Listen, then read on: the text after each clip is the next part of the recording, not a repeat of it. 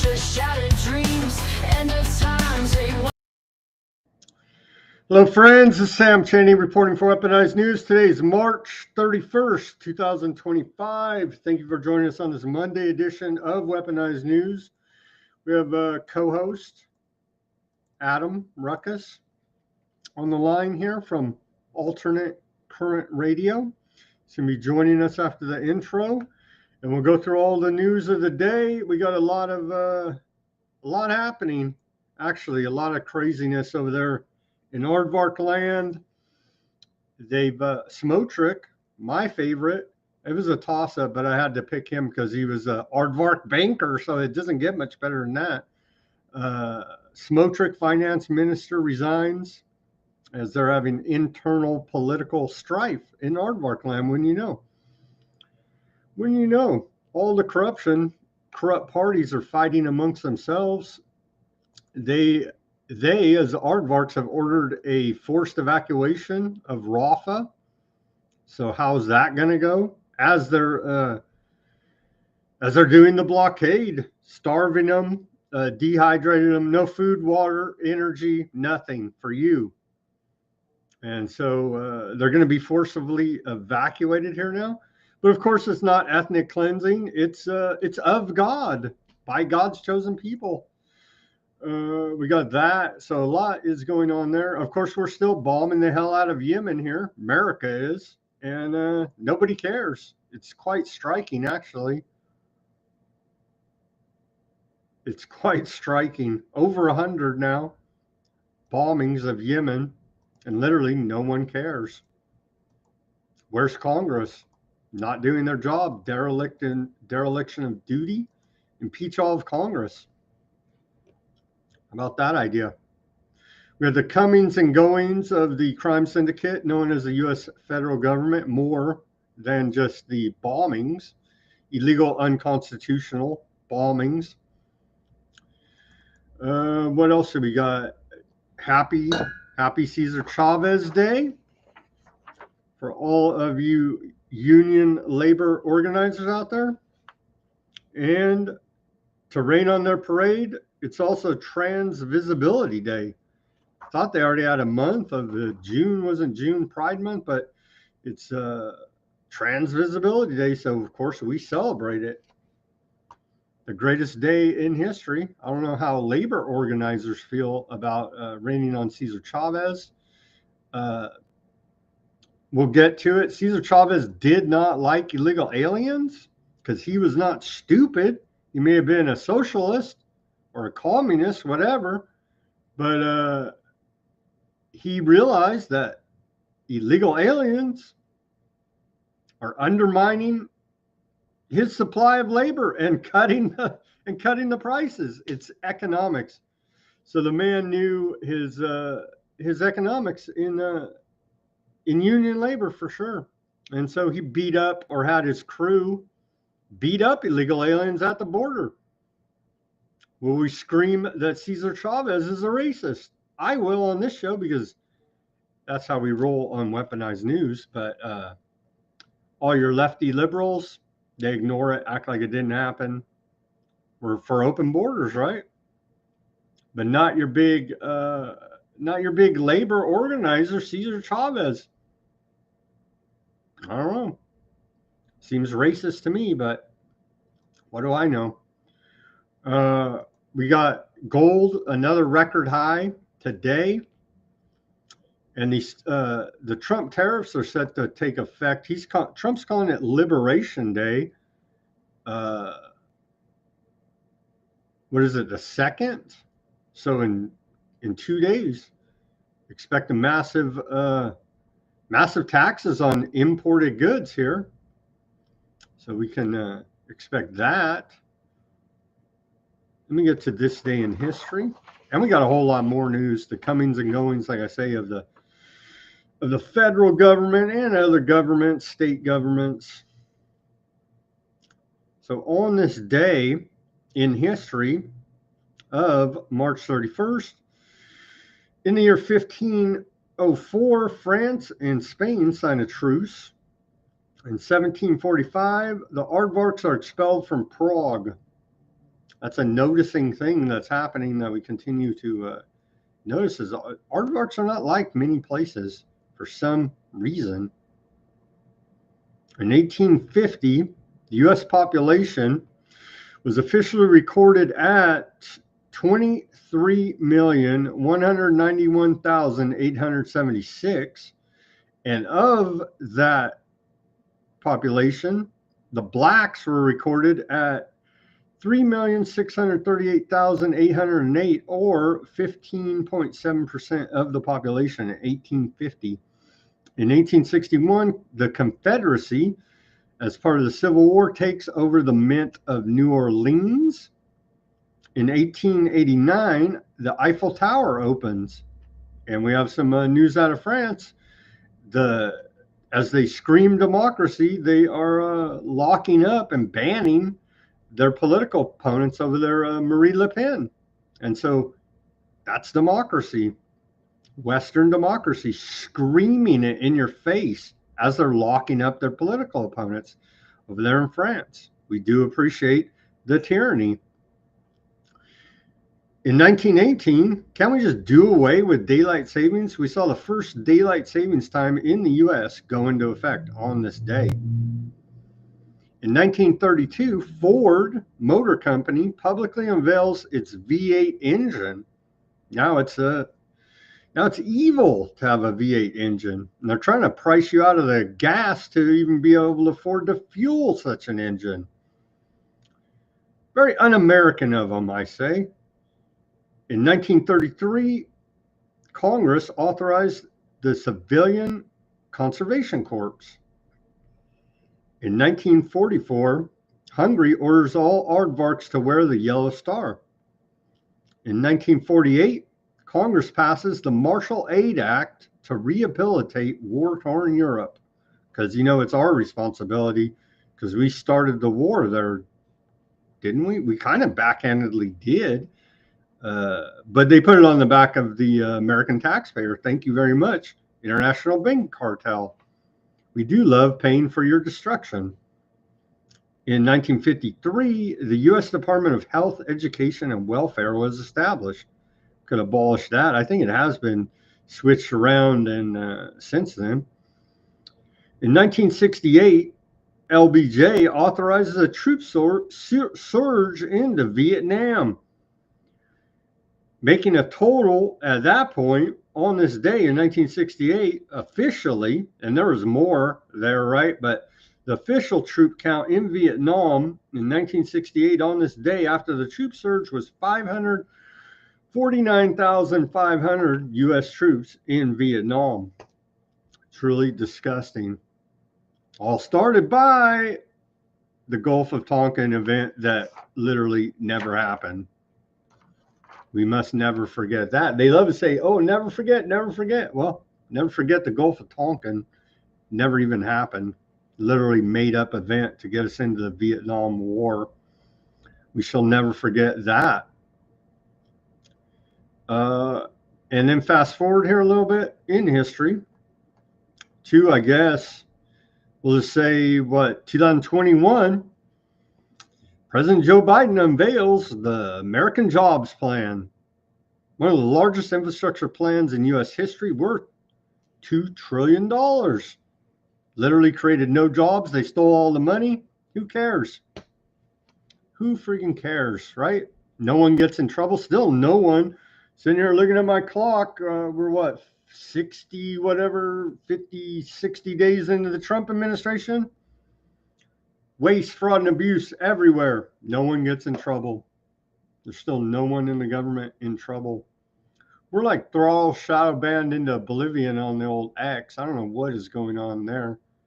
I got to stop paying for the stupid check mark, because what's the friggin' point? If you're not part of MAGA and pushing that propaganda, then you're well, we are, at least here at Weaponized News, banned into oblivion. Let me just do a live share here, and we'll transition to Ruckus. If we could get more than 2 people watching on the X, that would be impressive. All right. And we have Simon too made an appearance. We have a clip from Simon. He made an appearance on George Galloway's show yesterday. We'll play that for you when we get into our geopolitical section. What shall our segue be? I thought I had a video lined up. We'll do the segue of the 33. This is set to be the National Geographic. I'll read the segue because we're noticing things, right? That they're always putting 33 out there, and why would they be doing such a thing? Dark occult symbolism, gang signaling, that they're all in this occult gang, right? And so National Geographic, and I'll show it to you, but I asked the old Gronk AI over there on the X to explain the occult significance of the occult and esoteric meaning of 33, and it came back with in numerology, 33 is considered a master number and designated reserved for numbers 11, 22, and 33, believed to carry heightened spiritual vibration and potential. It's often called the master teacher or master healer, symbolizing compassion, enlightenment, and the ability to uplift humanity. This stems from reducing 33 to its single digit form, 3 plus 3 equals 6, where 6 represents harmony, balance, nurturing, amplified to a cosmic level in 33. The esoteric Christianity, 33 is linked to Jesus Christ, who traditionally is said to have been crucified at 33 years old. This ties the number 2 themes of sacrifice, redemption, and divine purpose. Some mystics interpret this as the point of spiritual mastery, where the physical and divine unite. Freemasonry, particularly in the Scottish Rite, elevates 33 to the position of reverence. The 33rd degree is the highest rank, symbolizing supreme wisdom and initiation into the deepest mysteries. It's seen as a culmination of the journey through the degrees, representing enlightenment and transcendence above of duality. Note the 33 is 2 3s, suggesting unity from polarity. In the occult, more broadly, 33 connects the human spine, which has 33 vertebrae. This is significant in systems of yoga, spiritual energy, raising through the spine to the crown, achieving awakening.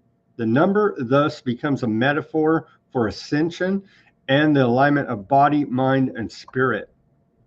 In astrology, the esoteric arts, 33 sometimes relates to the 33-year cycle, approximately in its orbital period, and a 33 cycle of Saturn. Excuse me, I missed that part.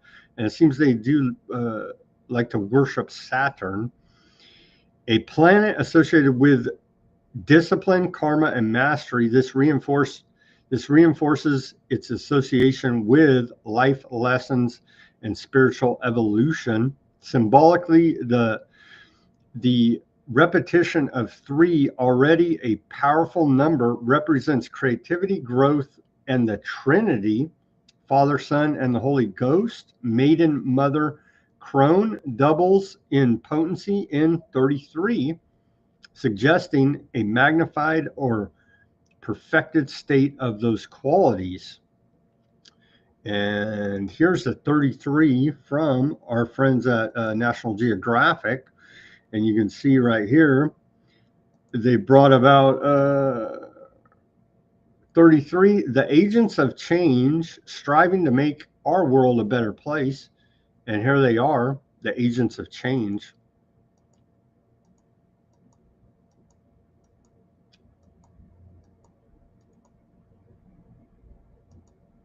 There we go.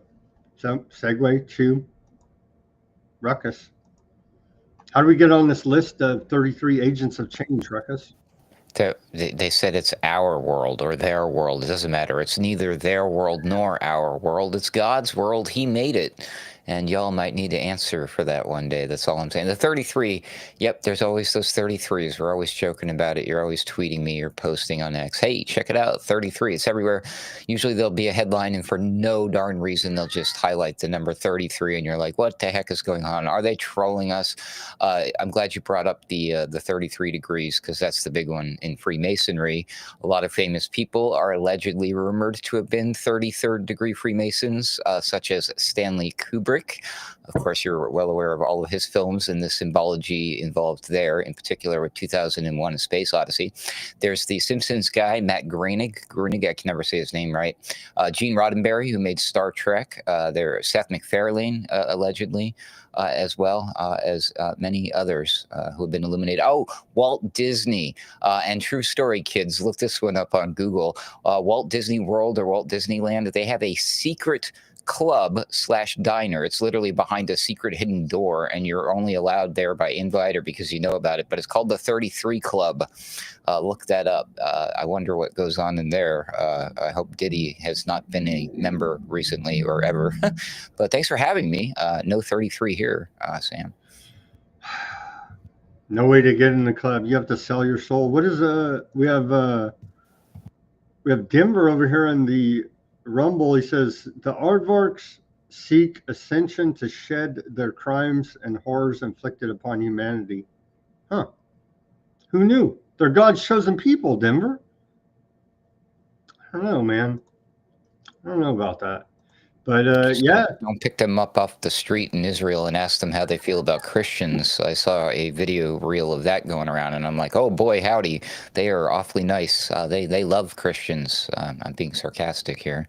But yeah, good times. It's illegal to proselytize. I can't even pronounce it. To try to convert, to try to convert people to Christianity over there in Aardvark land. We do appreciate our greatest ally. I missed scrolling. Let me go back here quickly to the 33 again while we're still on that. So you can see National Geographic there.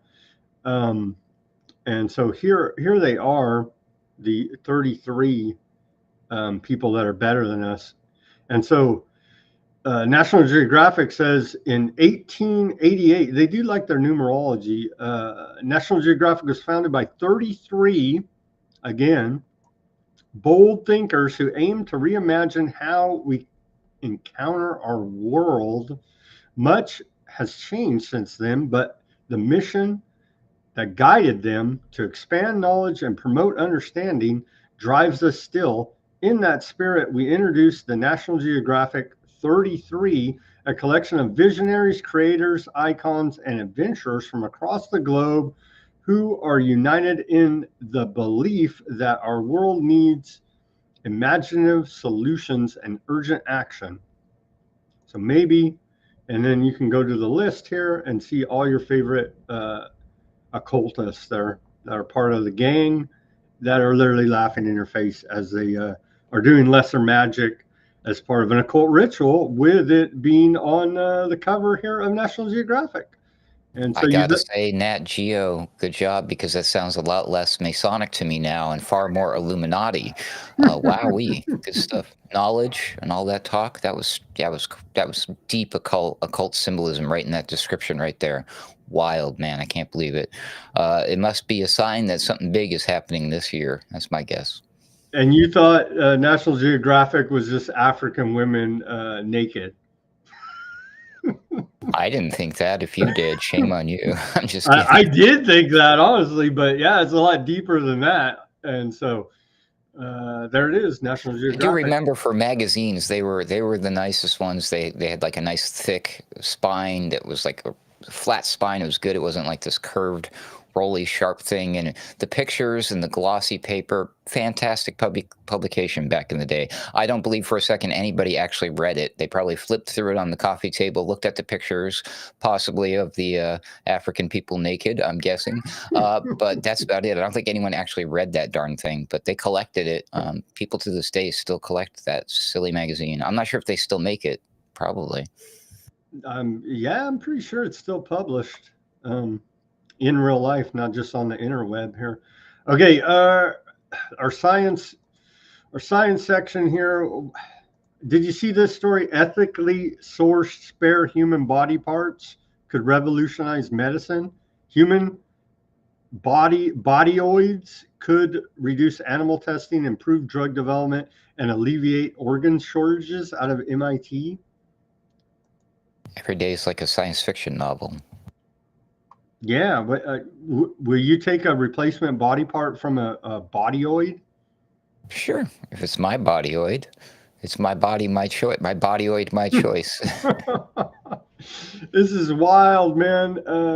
So they're talking about, and of course they're already doing it, but they're just rolling it out now too, through MIT Technology Review, growing humanoids, but they say they have no soul, and they assure us, these mad scientists that are doing this work, and we can It's just literally the plot of a science fiction movie. And if I can remember the name of it, I'll let you know, but I forgot already. But it was actually one of those cheesy science fiction movies that they made fun of on Mystery Science Theater 3000. That's how I've seen this movie. But they literally did that. They were farming replacement clones. Actually, I think that's what it's called, Clonus, the clone horror or something like that, Clonus, something like that. They had all these body parts, and they were just there for body parts. You know, your clone was there for you in case you got sick and you needed a new kidney, and they'd give you a new kidney out of your clone. But the clone got to die, but that's okay because they're not real anyways. They probably have no soul, right, Sam? they say it could be possible to generate organs directly from a patient's own cells, essentially cloning someone's biological material to ensure the transplant tissues are a perfect immunological match, and thus eliminating the need for lifelong immunosuppression. Maybe. They're trying to play God here. These mad scientists, man, they're getting out of control. The next mad scientist story: brain implant translates through thoughts to speech. And so it's always a good thing that they're bringing this technology out.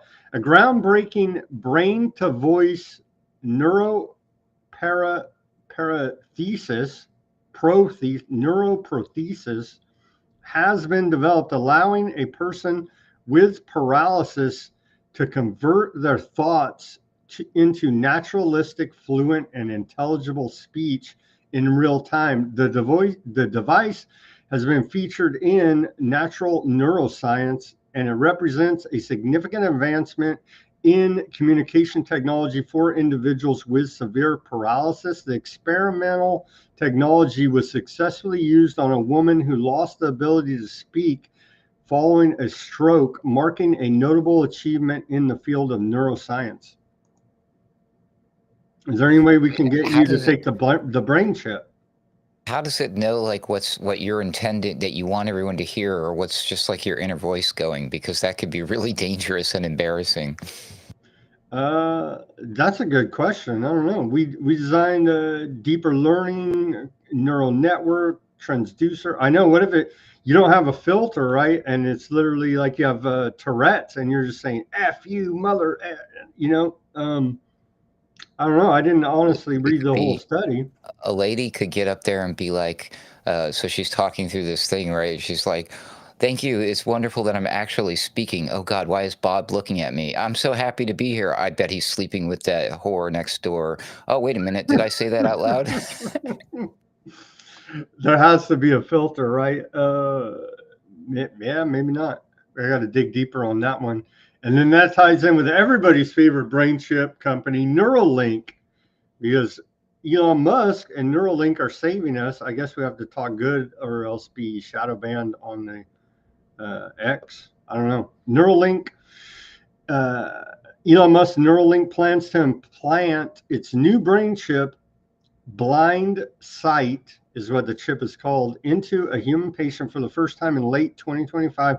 The device is designed to restore vision to individuals who are completely blind, including those born without sight. The technology has been designated as a breakthrough device by the US FDA.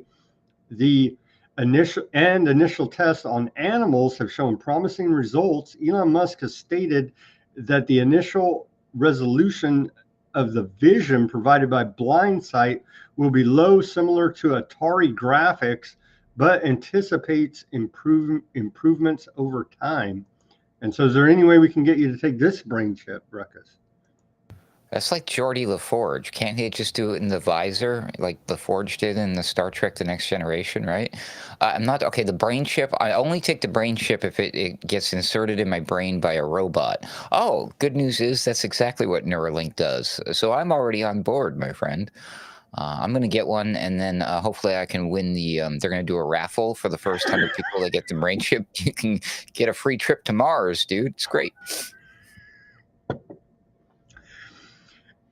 Elon Musk says it will be low resolution at first, but over time, the impact will enable vision that is like superhuman. So there you go. Just get the brain chip, you have superhuman vision, and it's all good. That's a copyright infringement against Lucky Palmer of Anduril, who's making superhuman eyesight for our military right now. True story. I'm not sure that involves a brain chip, though. So, Elon, good on you, my friend. Way to go. Pretty soon you'll have to have a brain chip to be on the old X. So I'm sure plenty will take it. You probably won't be seeing me on X anymore once that happens. Just a prediction. What are we going to do with all these mad scientists as the government cuts government-funded scientists?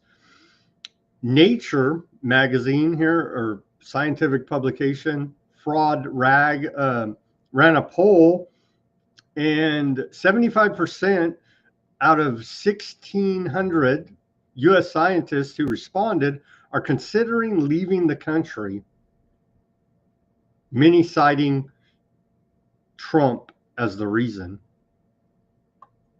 What are we going to do? The scientists, they want to leave the country because of Trump. Because what did Trump say? Well, he's defunding them. Oh, I get it now. Okay, so they're paid shills just complaining for money. This is nothing burger. They're not going anywhere. Science is safe. Trust the science, people. We're good. Man, wouldn't that be a damn shame if they all just disappeared, right? Oh my gosh. I would be balling for, no, I wouldn't. I don't think I would miss a single one of them, to be honest with you. I don't know who's going to pay these maniacs. Somebody will. And so they came after the birds. They keep coming after the cats, right? With the bird flu. And so again, I keep seeing these stories. They're trying to scare the hell out of people. It's time to worry about bird flu and cats. 3 pet owners whose cats got bird flu described their symptoms and quick declines. As such cases mount, public health experts are warning about raw meat and raw milk. 3 cases. Should we euthanize all cats now because of this? Wow. That was clearly written by a dog person. I don't know why there's people out there, they really hate on one or the other. They'll pick them, but there are people who absolutely hate cats. There are people who hate dogs. Don't hate on cats and dogs. At least this is one step better than what we were doing the last time around. We were jabbing our children and our babies. That was fun. I'm glad that's over. I hope that's over. Tell me that's over. Not over. They Great. They say you're blurry. You look blurry to me too. Really? Okay. Are you blurry on your end? No, not at all. Yeah, you're blurry. Try to log out and log back in. Sure. Yeah, so they say, the bird flu in cats, because supposedly they're feeding them raw food that is infected with bird flu, is how the story goes. And so they came for the cats next. Be careful what you're feeding your cats. Okay, the economic news as we wait for Ruckus to reconnect.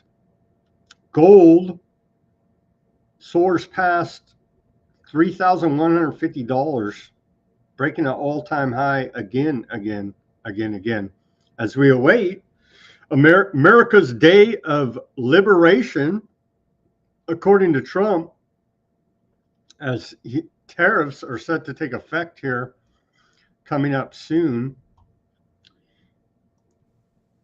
There you go. That's a little bit better. Cool. Thank you in the chat. Who told me that? I saw that, but I thought it was just on my end. Eileen. Chloe. Thank you, Eileen. Yeah. Eileen, thank you. Now you should be good. Okay, so we're awaiting. I announced the record high of gold, $3,150, as we await April 2nd, according to Trump, America's Liberation Day, when all these tariffs are set to take effect. This article at UK Telegraph says it's essentially the largest tax increase in history. Look for $600 billion to be prices to raise that much across the board due to tariffs on imports into America. What do you think about this? Why are they calling it Liberation Day? They probably should rename it to Liquidation Day, because that's how the stocks and my Bitcoin are reacting. No, that's what Trump is calling bleeding. it. Yeah, why is he calling it that? I don't get it. That's stupid. Doesn't make any sense. It's not liberating at all. I'm starting to get the feeling they're just straight up lying to us, but ooh, that's a hot take, because Trump, he's pro-America, and maybe he's got a plan. Maybe he's playing 7D chess, but every time he's like, oh, everything's great. We're going to have the strongest economy. We're going to bounce. It's great. Everything's awesome. And I'm looking around, and I'm like, it's not awesome, dude. What are you talking about? How long do we have to keep waiting for it to get awesome? I can't wait to just get sick of winning again, Sam. I just can't wait. It's awesome, dude. You just don't understand, okay? The price of eggs went down because they imported a bunch of eggs.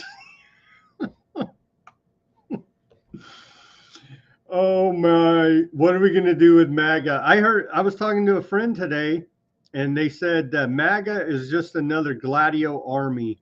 I was like, damn, I never thought of it like that. And she's like, yeah, they create these armies for destabilization all over the world.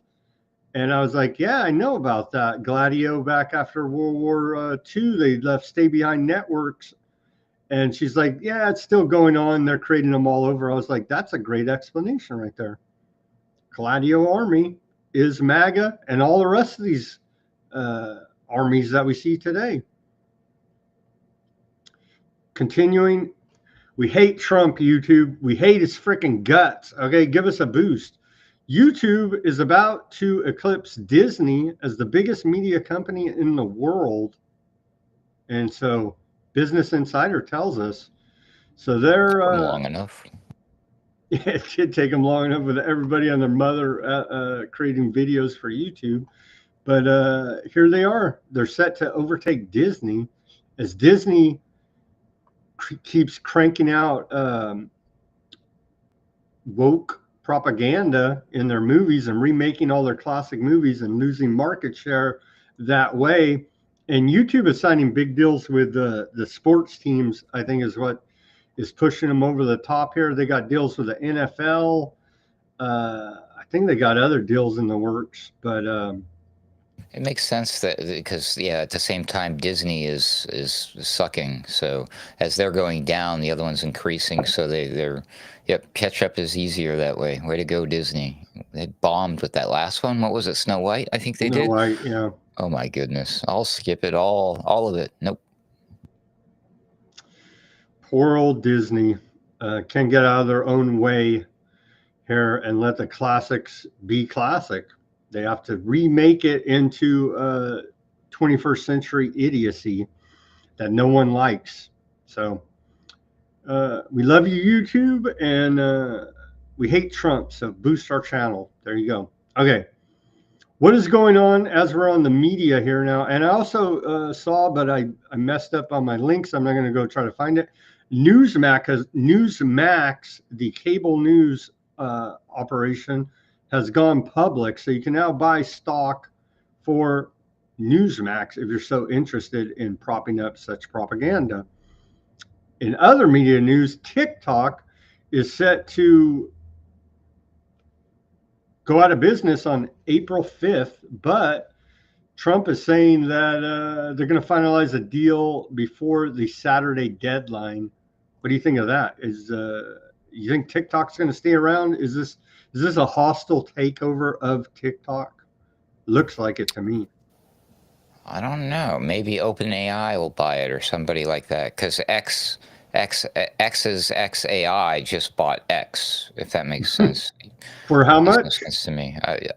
I think it was 33 billion, if I'm not mistaken. Of course, but yeah, maybe one of these AI companies will swoop in and grab one of these social media groups. That'd be a great score right there. I don't think Donald Trump is going to touch it. He's got his Truth Social, so maybe he would buy it and make it go away. But it looks like it's already going to go away, unless he wants to intervene before someone else buys it. Who knows? Maybe he'll merge it with Truth Social if Trump buys it. Maybe some people. People are going to be pissed off. There's a lot of people that love TikTok. I don't know why. If it goes away, people are going to be pissed. Okay. Yeah, that could be this could be a psychological trick, because out of all of the social media platforms in general, historically speaking, up until just recently, I understand that they've been a little more forgiving in one department as far as the foreign affairs are concerned, with Gaza and all that. But before that, TikTok in general is that's the worst. That's the absolute cesspool, the worst. It's killing kids' brains and making people do like Ozempic and dangerous drugs and things. I mean, so in general, you realize what I'm saying, that of all of them, that's probably the absolute worst. And then they got it to where, oh my God, TikTok might go away. We can't let TikTok go away. And then now everybody's begging for their TikTok, when it was so close to, we almost got rid of the damn thing. But no, here we are we got to save TikTok because Gaza. Okay. Well, we gotta prevent Trump. We gotta save TikTok. I don't know, man. It could be a trick. That's all I'm saying. Crazy theory, I know. Congress said get rid of it because it's spreading communist Chinese propaganda and rotting America's youth minds that way. I don't know. And then, like you say, there's also some evidence. You hear politicians say that, yeah, we banned it because there's too much aardvark war crimes being posted on there as well. So they should ban it because there's too many nurses dancing on it during important medical emergencies. How about that? Yeah, they downplayed the medical emergency. Exactly. How dare they? Musk had a rally yesterday for the Supreme Court over there in Wisconsin. There's a big political battle there. And so he's supporting the Republican side of it. Musk said, I will die in America, Mars part of America. And so somehow, some way, if we get to Mars and colonize it, it's going to be part of America, according to Elon Musk. Isn't that Isn't that intergalactic colonialism? That's the Empire, right? From Star Wars. The Intergalactic Empire, isn't that what it's called? Wow, that's wild, man. So it wouldn't be well, by then it'd probably be what, the 56th or 57th state at the rate we're going. We're going to gobble up Greenland and Canada, probably Mexico too. We'll see, maybe France. Let's hear Musk still. This is at that rally for the Supreme Court in Wisconsin, where he's electioneering. But he does throw out red meat to the libertarians. Here he is saying, in the Fed. Let's watch this short clip. Question is, what is your opinion on the Federal Reserve, and do you have any intentions of doing anything with them? And the Fed.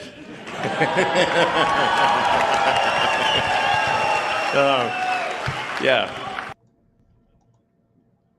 Does he even know what that means, or is he just reposting something in his head that he saw on Twitter? He's like, oh, cool, wow.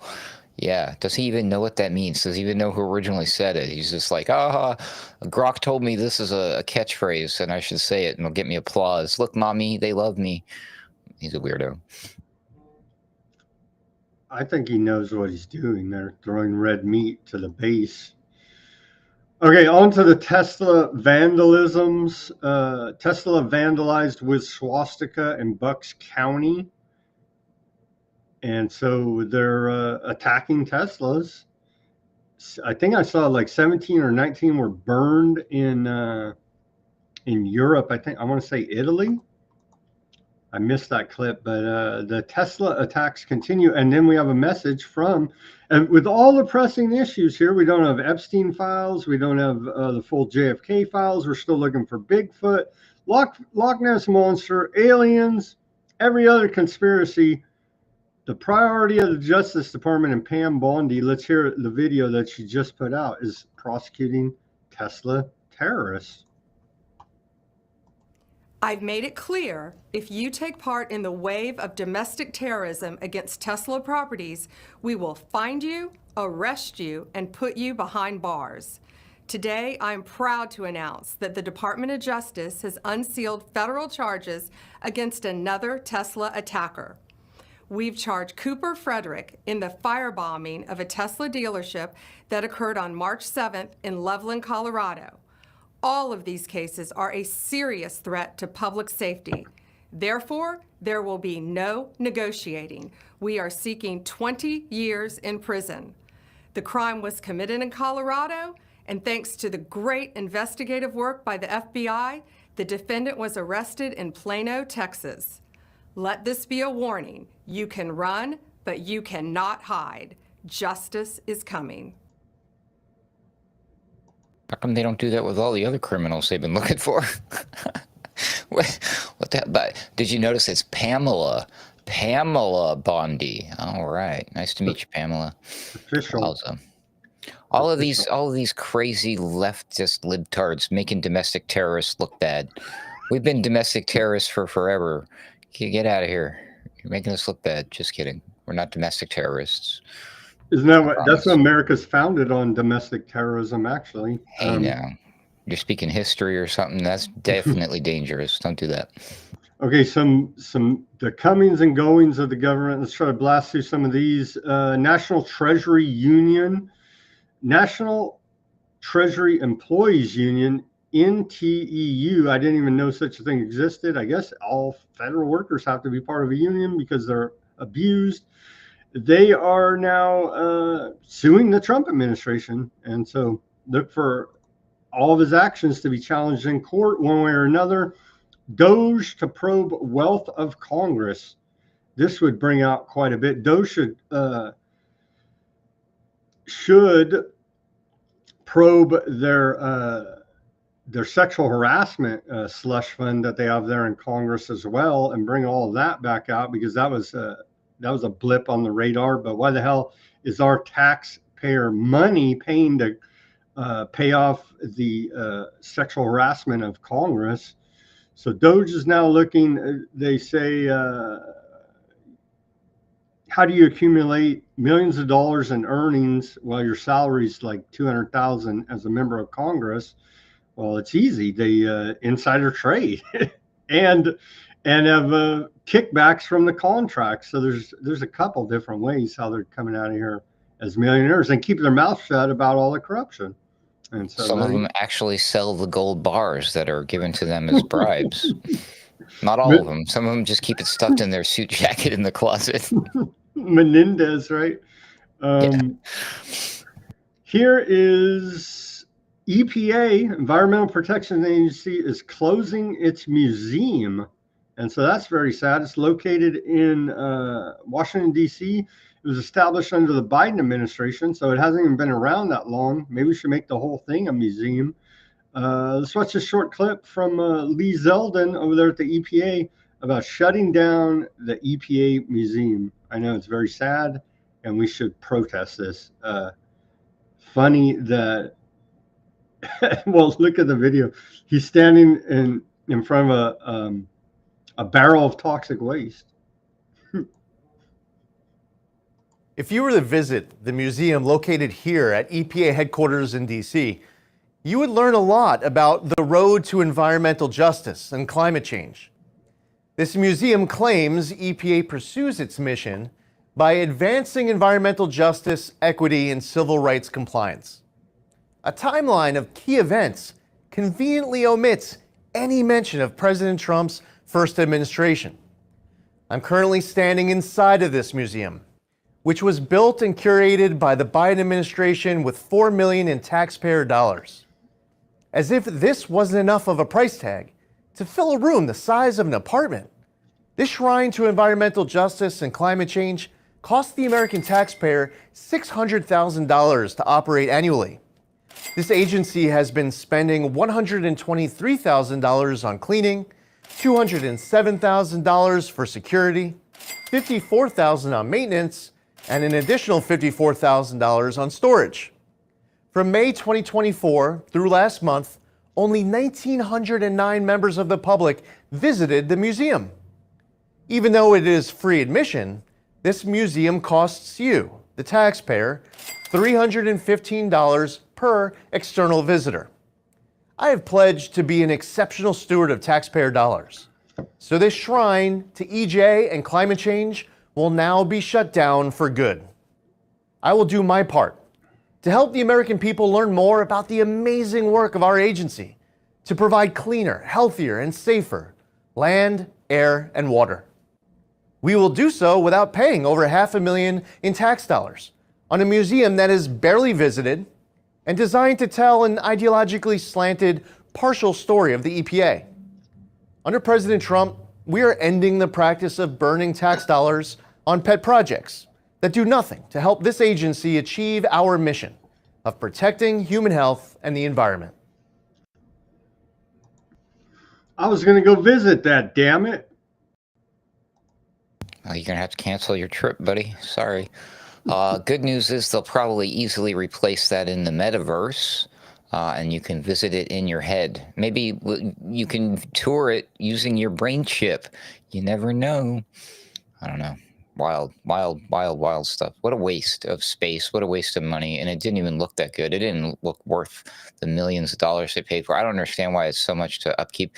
Well, they were probably getting raked across the coals with their government contract work for the cleaning and the maintenance and the security. They're probably overcharging, which reminds me, I need to dust off my government contract writing skills. Lots of good money there. It doesn't matter who's the president. I'm sure Trump has got some Republican friends and companies making good. Look what he did with Project Stargate. Just a quick little example. Hey, Elon Musk scoring some contracts. Neat. See how it works? Everybody does this. It almost seemed like you were just upset that it didn't mention Trump. Did you notice that part? Where he's like, not a single mention of Trump. We got to tear it down. That's a great segue to big government contracts. Rollins, that is Brooke Rollins, has announced, was she the agriculture secretary? She has announced in a visit to Iowa that a release of $537 million in funding for the Higher Blends Infrastructure Incentive Program. This funding will support 540 projects across 29 states aimed at expanding domestic biofuel infrastructure. And so there's some of those big government contracts that you were just talking about there. If you're in the biofuel industry, you're getting some big money here right now coming down the pipe. I shudder to think what qualifies as biofuel. Well, they say here, pork, soybeans, seeds, the future of America's agriculture. I think it's actually corn ethanol, which is horrible for your internal combustion engine. Yeah, see, 41 ethanol plants, and they make it out of GMO corn.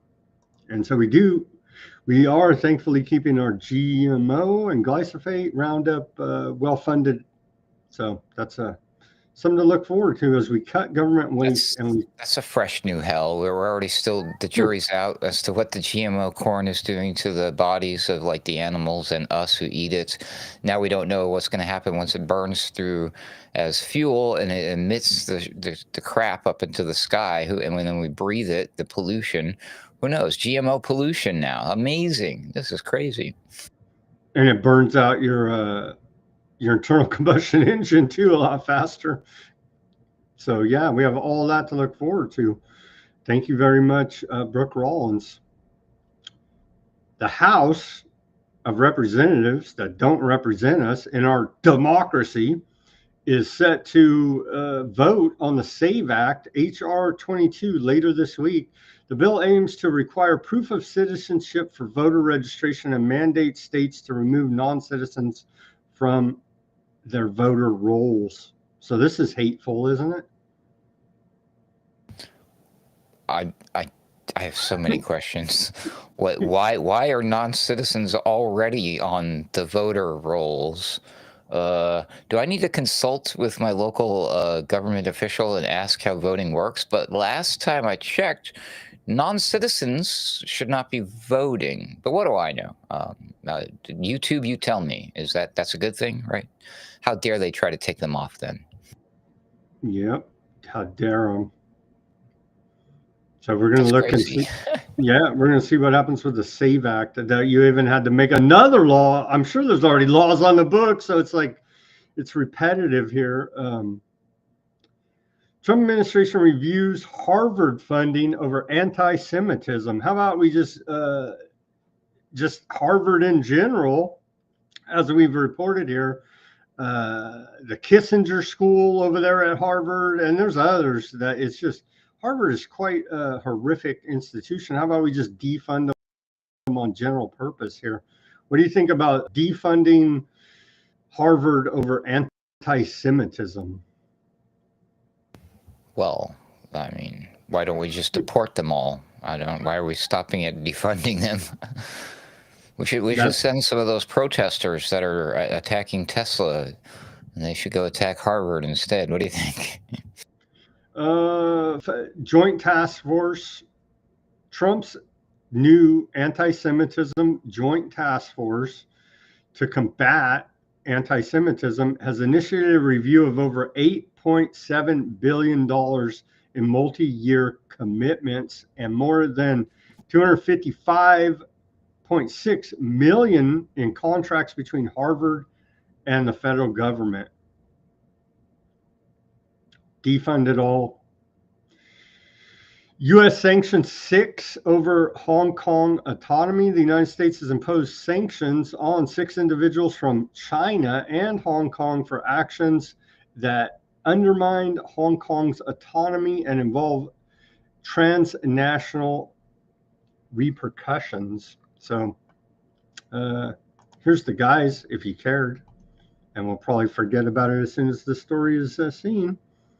There you go. So those guys are under sanctions now. All right. 6 individual people? That's kind of weird. Yeah. I don't know.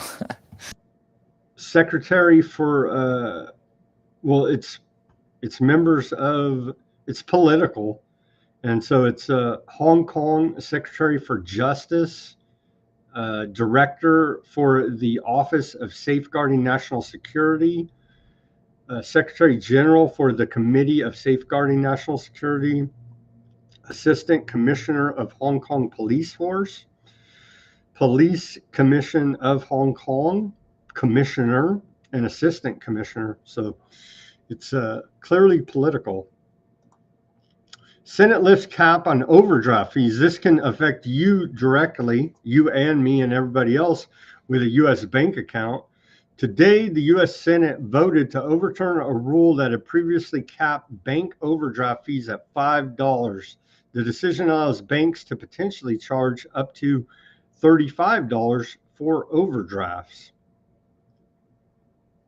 So again, that's what I always get hit with. I remember it being $35. I always thought that was weird. Why wasn't it 33? It should be 33, just a laugh in our face. So yeah, don't overdraw your bank account, or now you're looking at a $35 overdraft fee as opposed to $5 before. Be aware out there. Consumers with the U.S. bank banks account have such motivation to prevent you from making overspending by accident, right? Not at all. They do. Okay, my favorite Democrat here, Jasmine Crockett. Let's hear from her. She's always a firecracker with something crazy to say. She says, Jasmine Crockett says, Black GOP Congressman Byron Donalds is whitewashed because he married a white woman. Let's hear this. And if we continue to put people into office, and that even means some of our skinfolk who definitely are not our kinfolk, such as Byron Donalds, who are going to continue to say that, like, I mean, the fact that you sitting around talking about life was better under Jim Crow, like, is this because you don't understand history? Or literally it's because you married a white woman and so you think that that whitewashed you? I'm not really sure, like, what it is. Well, but you I couldn't need even be married to a white woman under Jim correct, Crow. correct. And it took Joy to call him out. So I'm like, bruh, like, what are you talking about? Like, what are you saying? Like, he just out here, you know, I feel like they give him his talking points and he's like, yes, massa, I got it.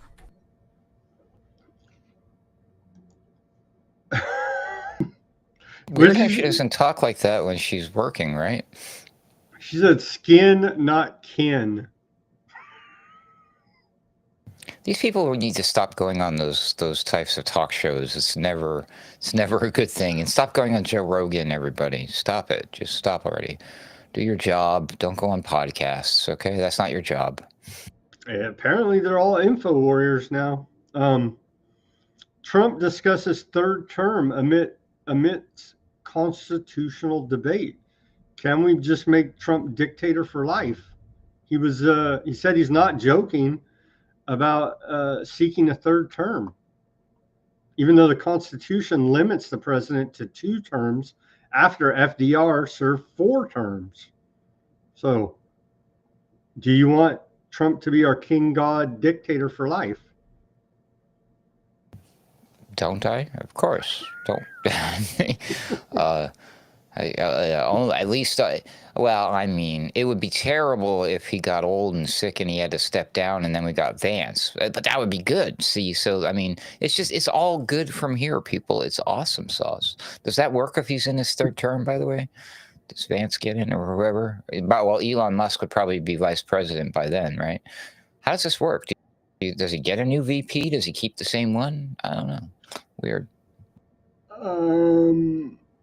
Yeah, I don't know either. Maybe we could have a new VP every 30 days. That'd be fun. Rotating VPs. Let's play the short clip from Trump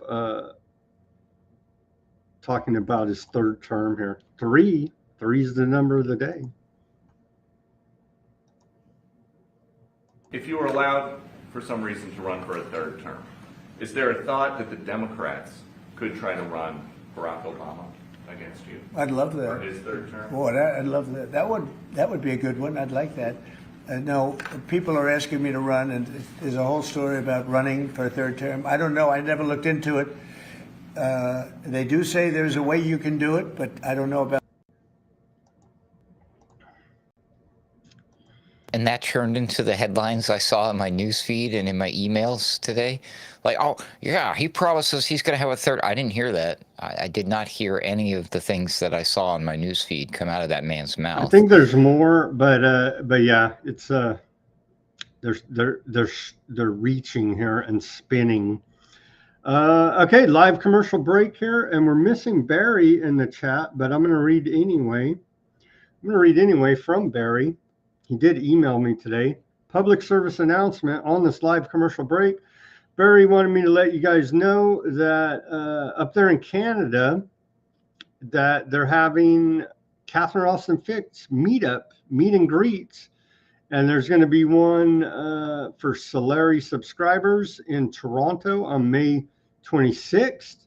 And there's going to be one in Montreal and Quebec on May 31st for Solari subscribers meet and greet Catherine Austin Fitts there in Canada. And then my ad read, I'm going to attempt. I was trying to make an AI ad, and it's harder than you think. It writes the script well, but to line up the audio and video, that's a whole nother story with using AI. So I'm just going to read live here on the air the script I came up with, since I have to be my own sponsor here. And I do have a company called Abba Enterprises. And so here we go. Advertising advertising accounting services. And so this is the AI script that I came up with, and I will read it live now. Running a business feels like a marathon, but why jog when you can sprint? Say hello to Abba Enterprises, your one-stop powerhouse for business solutions. Need accounting that's spot on? We crunch the numbers so you don't have to. QuickBooks giving you a headache? Our experts turn chaos into clarity fast. Call 559-577-9250 right now. Abba Enterprises. Consulting, we're the spark. We're the spark your strategy has been missing. Big ideas, bigger results. Payroll, flawless every time. Your team stays happy and you stay stress-free. And taxes, we tackle the toughest returns with precision and grit, saving you time and money. Abba Enterprises isn't just a service, it's your business's secret weapon. Ready to take the lead? Call 559-577-9250. Abba Enterprises, fueling your success full throttle. That was my live first time ad read. I'm trying to use the AI voice and video, but go ahead, Ruckus, plug. That was pretty cool. Maybe I can help you out with that on the side. Of course, I am the host of the Daily Ruckus, which is a podcast. You can listen to it in audio format only if you choose. But why do that? Because I do lots of cool, fancy things like that. That's the graphic for my most recent episode, which you can find all of that over at alternatecurrentradio.com. You'll also find a few other podcasts that my friends and the owners of the network put together, such as The Boiler Room, which is usually on Thursdays, and I occasionally make an appearance on the terrific Sunday Wire with Patrick Henningsen. So that's probably my biggest appearances is on Sunday Wire. I also have an X account. It's AC_wordslinger. And you can find a link to that right there on the page there at alternatecurrentradio.com. So just go there and check it out. There's a little hamburger menu in the upper right-hand corner when you go to the website. That's how you find my page. Okay, but that's it. Pretty easy. Awesome. Yeah, I was thinking over the weekend. I was like, damn, I have to be my own sponsor. So I might as well be my own sponsor. Abba Enterprises. Okay. My favorite day of the year as a communist labor organizer, Cesar Chavez Day. And so today is Cesar Chavez Day. Thank you very much. And we like that this in the background, a historical picture of the man, Cesar Chavez, celebrated greatly here where I'm at in the California Central Valley, where he did his work organizing grape pickers essentially and other farm laborers. And so we do appreciate the efforts of Cesar Chavez. The United Farm Workers is essentially an organized crime operation here, working directly with the state of California. It's fascism. Ask any farmer, they'll tell you. I used to work in the agriculture industry, and they passed laws just for the United Farm Workers Union in California. And let me tell you, some of this stuff is wild. They grandfathered in, and there's no way around it. You could say, I'm not using any union farm worker labor. And they say, well, you still have to pay us a tax. And you essentially have to pay a tax for not using United Farm Workers specifically. It's wild, man. And it goes deep. So they're entrenched with the state of California. Workers' rights, bro. And I don't have time to go into it all right now, but just trust me, it's an organized crime syndicate working directly with the state of California, i.e. fascism. So, and as you can see right here, little fascist symbol right there. And so we do appreciate his labor organizing efforts, as he's famously now, and they're trying to whitewash it, but he did.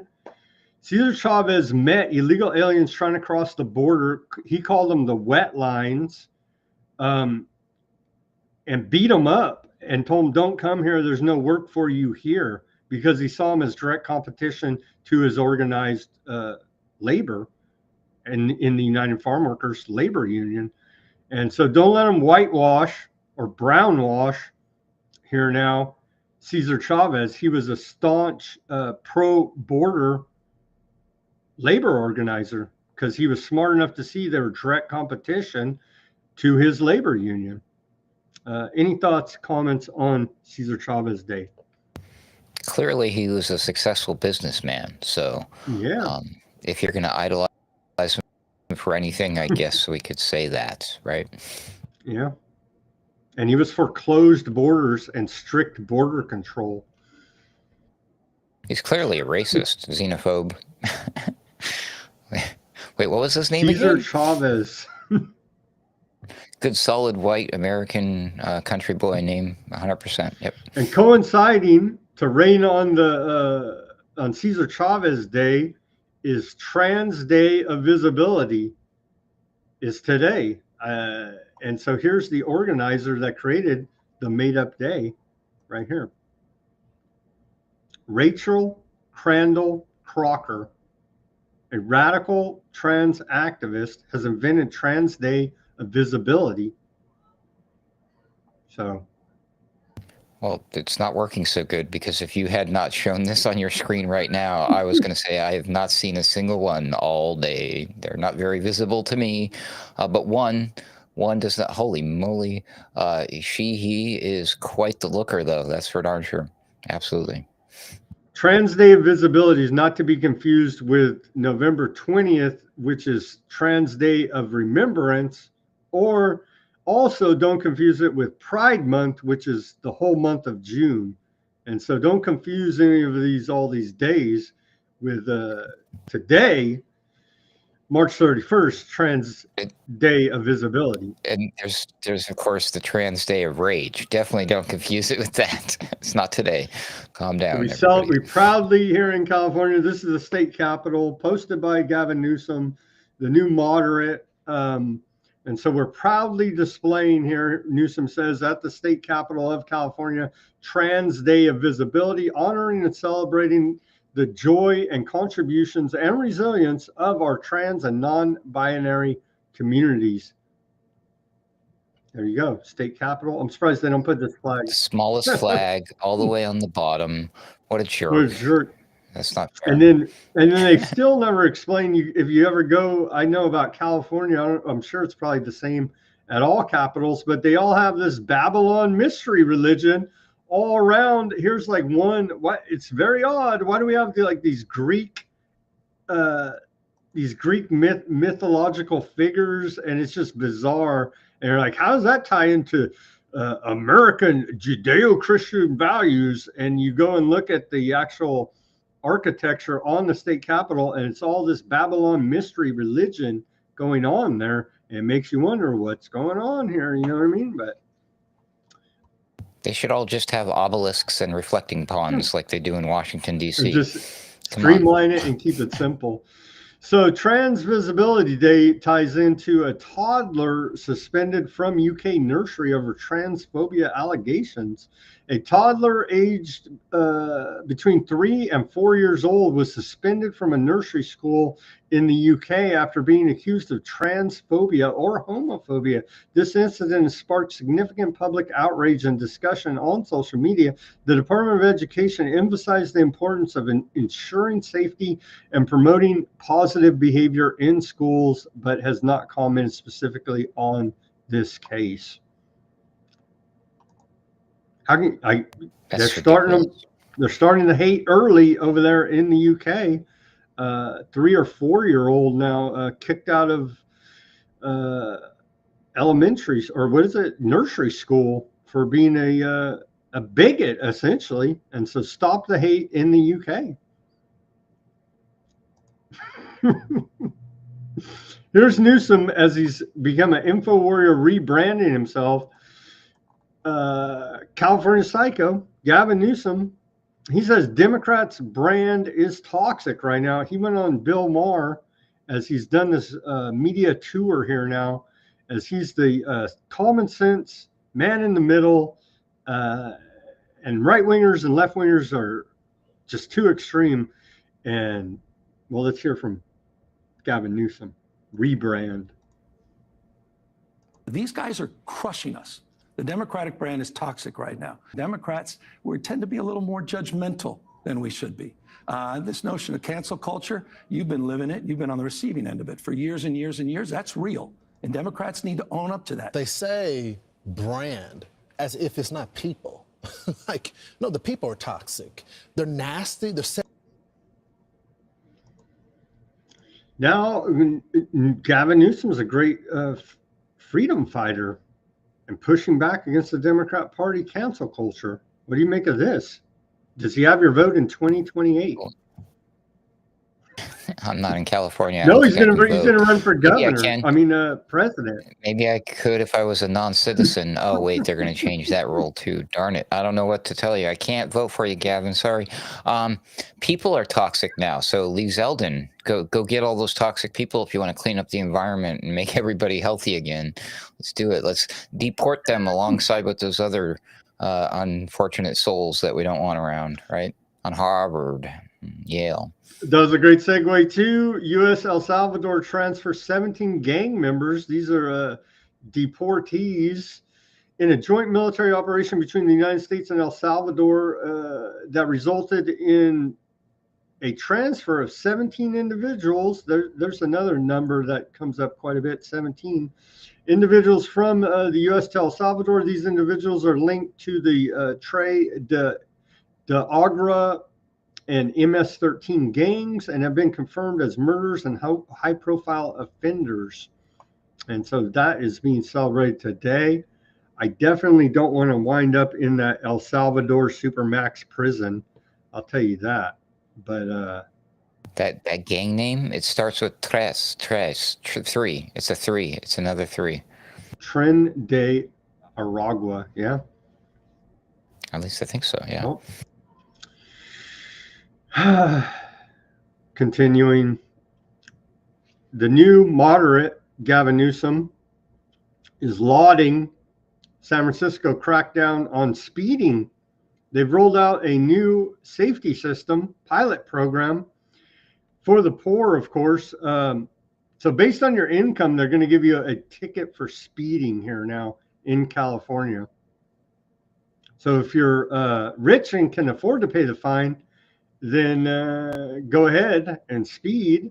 But if you're poor, then they're going to reduce so you can see, we believe in equality here. And so you can speed and endanger public safety as well if you're poor, because the fine will be adjusted according to your income here in California. And if you're an illegal citizen and you've been drinking and you were recently released from prison for raping a minor, you get off scot-free. It's totally cool. No speeding ticket for you. Indeed.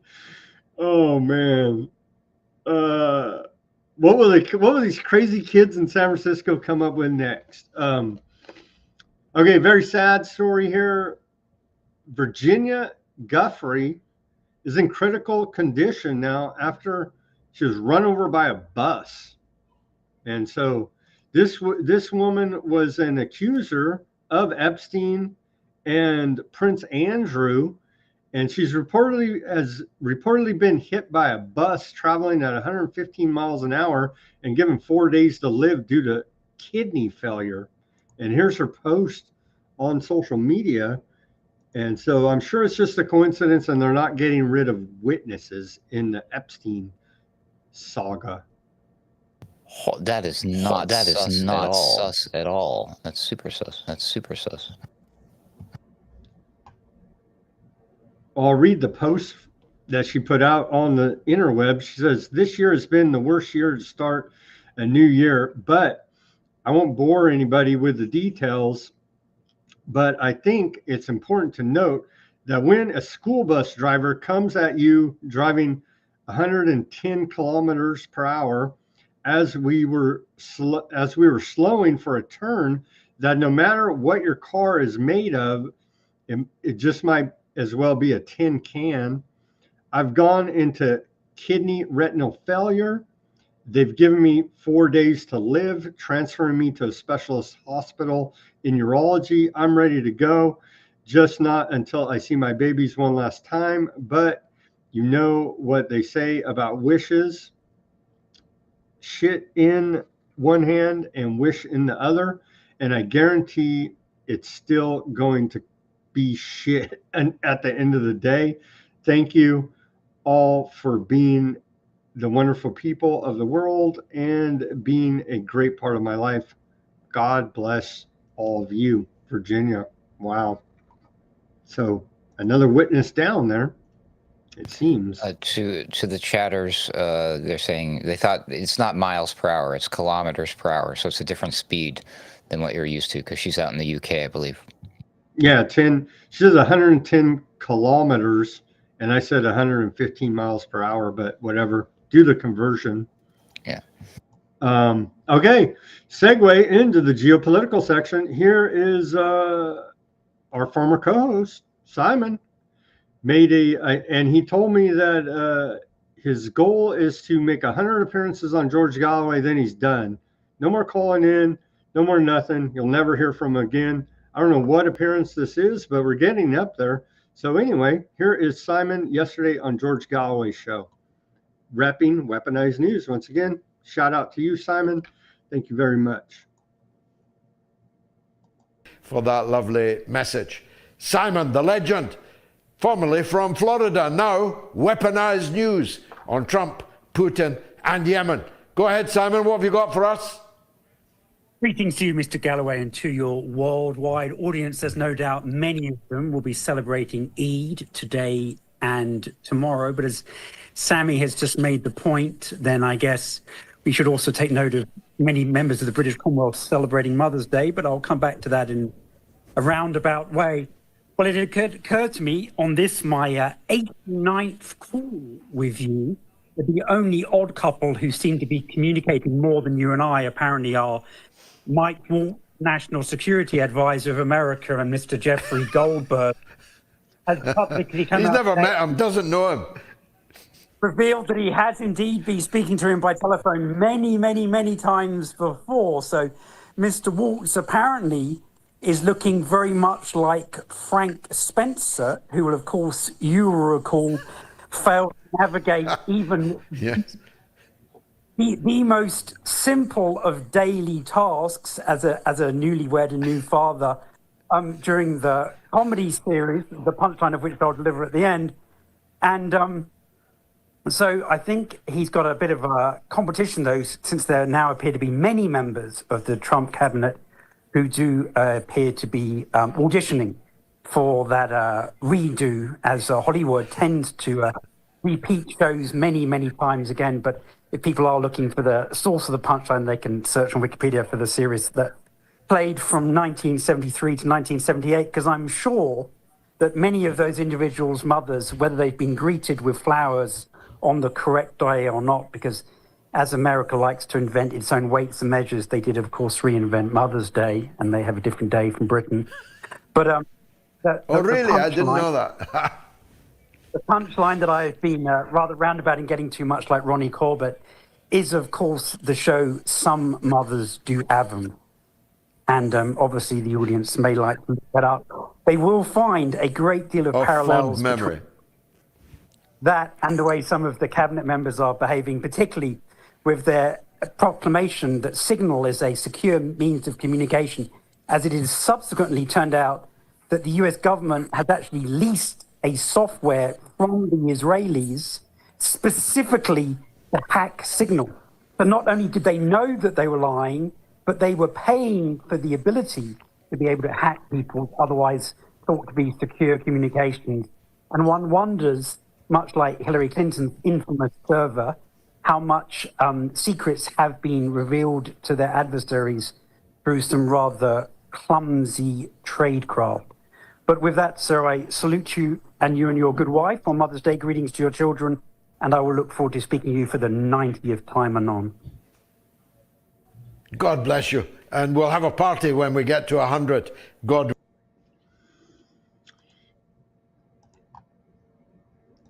Continuing here. Thank you, Simon, for repping Weaponized News on the Galloway Show. I think we got a couple subscribers on the YouTube over that. Okay, some more scenes. Some more scenes from the horrific 7.7 magnitude earthquake that hit Myanmar on Friday that we reported on. Here's a short clip of it. It looks like Gaza, but it was actually an earthquake. What the hell? I blame aardvarks.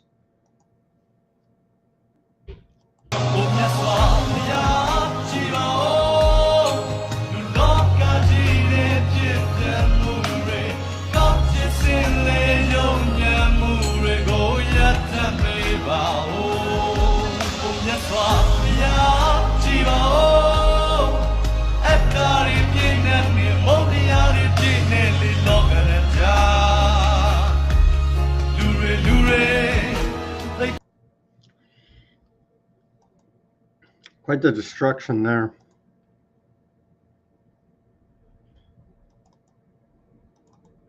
Barry is saying that there's still no BitChute live for him. I could see us, Barry. I don't know, man. Anyway, bless their hearts over there in Myanmar and Taiwan as they're sorting out that horrific 7.7 earthquake. Thousands dead. Climate change, or does that? I mean, how do we spin this one? They never spin the earthquakes, do they? You notice that? I call it aardvark earthquake weapons. Maybe from space. From space. So we're trying to do a hostile takeover of Greenland here in America to build out that region of the one world government. Of course, it's for security reasons, Trump says, but we know it's actually to build out the one world government. Greenland rejects U.S. security proposal. The United States under President Trump has expressed interest in enhancing security cooperation with Greenland, citing concerns about the island's strategic importance. On last Friday, J.D. Vance showed up there and got the cold shoulder more than one way. It was actually very cold, he said, and no one there wanted to engage with him as he went on a door knocking campaign, and no one answered the door for Vice President of the United States, J.D. Vance, to try to bring him on board of MAGA.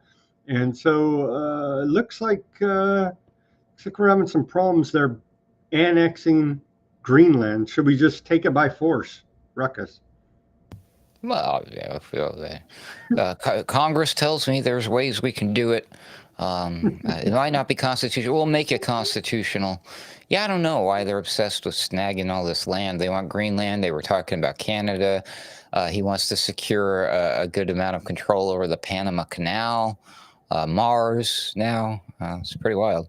So I don't know. Maybe that foreign lobby group that likes to is a big fan of expansionism. It's rubbing off on us, I guess. Let's hear old Greater American Project, we'll call it. Let's hear Chris Coons. He says your average middle American's too stupid to find Greenland on a map. Let's watch this. Probably true though. Look, your average Trump voter laughs at us and says he's owning the libs. And your average middle American says, why are you wasting your time worrying about Greenland? I can't even find it on a map. Can he find it on a map? It's right here. It's right here on my map, Greenland. You got it, buddy. And in parentheses, it says Denmark. We need to change that to America land. If I'm not mistaken, Greenland and Iceland should have switched their names, right? Because Greenland is full of ice. It's actually got greenery. Weird. But they're just going to call it Trump land now, or America land, or Green America. Who knows what they're going to do. When are we changing the name of the Bermuda Triangle? Now hear me out over this one, folks. That's a good one right there. We need to change that to the American Triangle and own that. That's very popular tourist attraction. Of course, not that many people leave the area after visiting it. Unfortunately, so once two men enter, no man leaves kind of situation. But whatever. Anyways. We're rebranding and marking our territory for America. So, yep, American Triangle. I'm down with it. Okay, the big political news of the day: in the greatest democracy in Europe and the world, France has convicted Marine Le Pen, the populist, conservative, right-wing leader over there, and it's been convicted of embezzling European Union funds. She is sentenced to, I saw two different reports, 2 years, 2 years in prison and banned from holding office for 5 years. This disqualifies her for running in the 2027 French presidential election. Even if she appeals the sentence, the conviction has sparked international reactions. Let's watch this report from Sky News about it.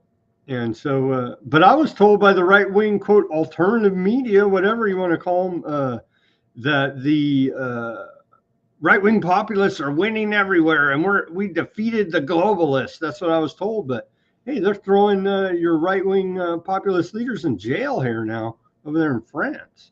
So watch this report out of Sky News about it.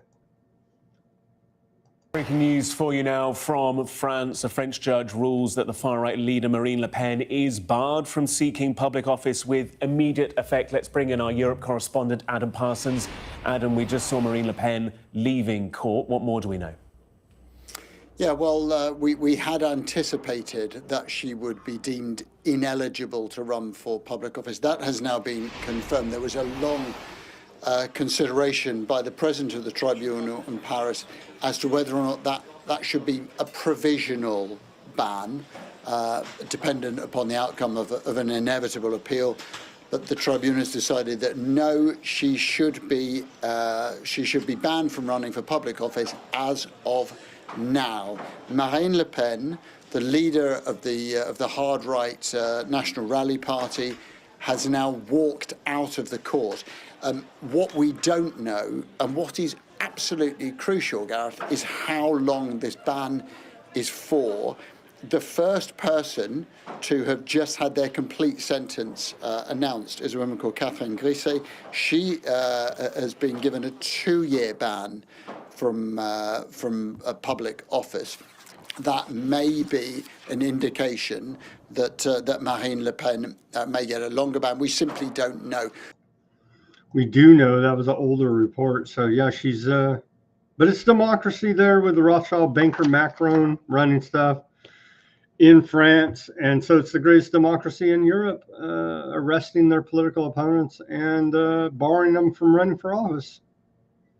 As long as she can still vote for Trump for his third term as a non-citizen. That's all that really matters. That news report was terrible, by the way. No wonder that so many in the UK like to watch American news, because at least we're more entertaining. They're so dry and stodgy and stuffy, and it takes them forever to explain something they could have done in like 5 seconds. Like, all right, yeah, she messed up. She can't run again. Over, back to you, Bob. That's it. Wow. Well, there's a good chance that possibly maybe she could be prevented from running again in the near future, but that's speculative at best. Your internet's not good today, man. You're blurry again. Yes. Yeah, I keep seeing the yellow bars. Sorry, I don't know why. It may be Restream. Try to log out and log back in again if you could, please. Sure. Well, he tries to reconnect there. Maybe it's Restream. I don't know. Maybe it's his internet Restream. Who knows? Maybe it's the oppression of the interwebs coming down upon us. Moving on here to old Robert Fico. If you remember him, they tried to kill him, I think on multiple times. But I remember he was stabbed, shot, all kind of stuff. They don't like this guy over there in the EU. See, Ruckus, are you back there with us? Yes, sir. All right. I just moved on. You didn't miss anything except for FICO here. President of Slovakia. It's being reported that during a phone call with Ursula von der Leyen, the president of the European Commission, that she criticized him extensively for his negotiations with Trump regarding tariffs on Europe. FICO said that van der Leyen called him a complete idiot and scolded him for a half an hour. This poor guy never catches a break, right? I like saying his name is FICO, if I'm not mistaken. That's how FICO, you say his name. FICO. I say FICO like FICO score. Poor Slovakian president can never catch a break. Now he's getting chewed out by Ursula von der Leyen. Well, that's okay. Sam, most middle Americans can't find Slovakia on a map. What the hell? EU welcomes new Syrian government ready to cooperate. And so they're welcoming into the EU the new radical, moderate jihadist government of Syria. Who would have thought? They're the ones that engineered, or were in part engineering, the whole overthrow of the last government. So of course they would welcome them with open arms there into the EU. I thought they were radical moderates, not moderate radicals. However it goes, they're cutting off heads of Christians, which is quite tragic and horrific over there. And the Alawites, any opposition, I get anybody they see as a potential. But they're doing it moderately, so it's okay. It's horrific over there right now. The killings going on, supported by the EU apparently, and so EU does love its killings. Trump warns Zelensky over raw earth deal. So I thought we were going to be able to sort this out. Trump's the deal maker. Let's make a deal, art of the deal. But it's dragging on here now. Russia-Ukraine war. It doesn't seem to be winding down as we would have liked. We want peace, YouTube. We don't. Both sides are bad. Putin's the worst, though, in the world ever. But now Zelensky is reneging on his deal with Trump to go ahead and put the U.S. in the middle of the rare earths mining development there in Ukraine.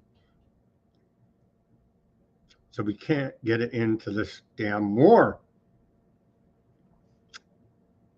Which is a good thing, actually, all things considered, considering our conversation. The great author Mark Twain, one of my all-time favorites, famously said that God invented wars just so Americans can learn geography. That's a true quote. Look that one up.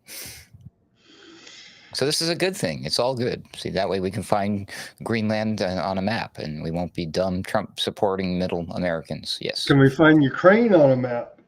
No. Can you find Ukraine on a map? Can't.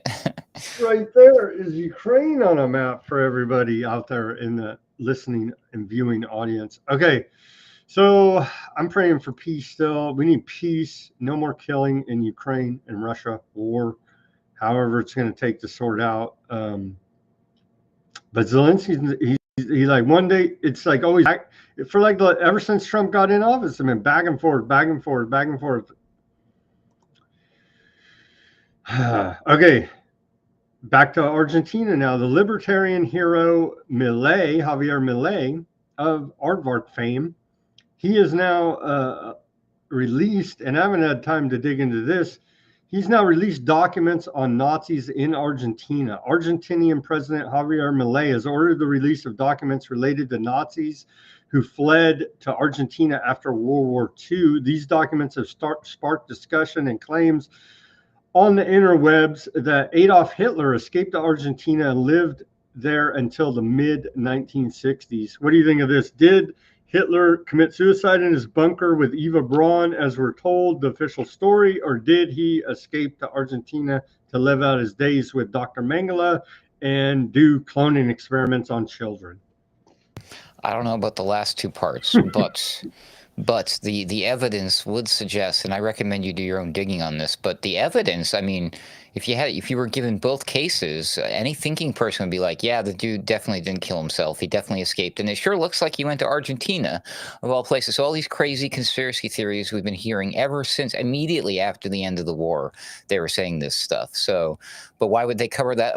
Well, because we won the war. We got him. It's okay, guys. We got him. And yeah, anyways. And Russia, if it wasn't for Russia, by the way, who is terrible now under Putin, but back then we didn't have Putin, and they helped us out quite a bit. We should say thank you. I don't know. When they were the Soviet Union and actual communists. Weird. But Putin's bad now. Yeah. They were good then, they're bad now. Because he helped Trump cheat and win the election the first time. because golden shower or something like that. I don't know what that means. I don't want to know what that means. I'm just, anyways. Do not look that one up, kids. We're awaiting the release. It's being reported, but we haven't seen the documents yet about the Nazis. But do you think he's doing this because of what Pamela Bondi is doing with the release of the slow drip release or the non-release of the FBI files and the Epstein stuff, and still waiting on Bigfoot and the Loch Ness Monster, like you said? Is that why? Like, is this the new thing? Are all these conservative leaders going to do all this sort of thing? Oh, maybe we're finally going to find out what's going on with those UFOs in Mexico. How about those aliens in those clear cases? Remember the aliens in Mexico? Let's get on it. Do it. It's a clear distraction operation, and they found that this is a great way to distract the public from your tyrannical policies and failing economy. So, yeah. Perfect timing, too, because of the Hitler thing and the other thing. Yeah, good one. Okay, Elon Musk is not amused. That's all I know. On to aardvark news. We got a lot of that today. This is the West Asia region. This is an aardvark, but they're all about the same. UAE sentences, well, this is kind of aardvark related. UAE sentences 3 to death for rabbi's murder. The UAE Federal Court of Appeals has sentenced 3 individuals to death and a 4th to life in prison for the kidnapping and murder of Rabbi Zevi Kogan, a aardvark citizen. The court found the crime to be premeditated and motivated by terrorism. So, tough on the terrorists killing the aardvarks in UAE. I'm pretty sure where I come from, that's called a hate crime. Yeah. But everybody's got their definitions all mixed up these days, ever since the thing in 2020. Wow. We need a universal definition of hate crimes, for sure. One man's hate is another man's love, Ruckus. Peace is war, strength is freedom, slavery is freedom, whatever. I forget. Weakness is strength. Here is Tim Dillon, comedian, saying the quiet part out loud. You're not allowed to say this. He may be deported soon. Let's watch this short clip.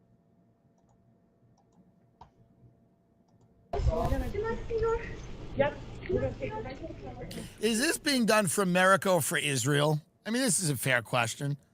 Is the United States government now just taking edicts and orders from Israel?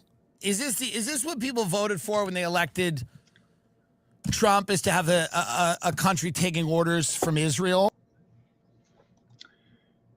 Wow. Yeah, Tim Dillon. I love that guy. Way to go. But he's killing his career by doing this. He's gonna be deported soon, potentially. Probably. Send him to Guantanamo, stat. He may get Predator drone striked. U.S. airstrikes continue against Houthis in Yemen. Where's Congress? They don't even care. They're like, where's Yemen on a map? How about that? Can you point out? I don't know if we're in the screen here. Can you find old Yemen on a map there down at the bottom? But nah, they can't. So who cares? We're bombing the hell out of Yemen. Yemeni forces down a 16th U.S. drone that they're claiming that the Houthi group announced it successfully shot down a U.S. MQ-9 drone. And so We're at war with Yemen, for God's sake, and nobody even knows or cares. They shot down one of our MQ-9 Reapers. Those are not cheap. First of all, those are the dreaded ones. Those are the same ones that the CIA now has been secretly using to spy on drug cartels in Mexico since they've been designated as terrorists. You see a trend here? Maybe they will send a drone to all these domestic terrorists like Tim Dillon and the Harvard students. Hey, you never know. And some of those drones have payloads. Just saying. Fun. Obama sure liked to do that. Just saying. My X is now very slow. Here's an image of said drone. Very intimidating and scary. There you go. You don't want. I heard a story from a military person about those things that, like, if it was there for you, if you see it in the sky, it's already too late. It's already too late. You're done. Blasted you. And Trump's bragging about it. Here it is from said President Trump. Let's take a look. Good on X, bad on YouTube. Trump says earlier today, he says the Iran-backed Houthi terrorists have been decimated by the relentless strikes over the past 2 weeks. Many of their fighters and leaders are no longer with us. We hit them every day and night, harder and harder. Their capabilities that threaten shipping and the region are rapidly being destroyed. Our attacks will continue until they are no longer a threat to freedom of navigation. The choice of the Houthis is clear. Stop shooting at U.S. ships, and we will stop shooting at you. Otherwise, we have only just begun, and the real pain is yet to come for both the Houthis and their sponsors, Iran. And we don't have a stick. Huh? I was going to say, is this really about the Houthis or is this about Iran? Well, it's about the aardvarks. But clearly, well, we don't have a statement yet from Trump about the drone getting shot down. So that has clearly escalated the situation. So, yeah, we're at war with freaking Yemen, and it's just like, who cares? Where's Congress? Who cares? We're striking them day and night. They're shooting at us. We're shooting back. That's called a war.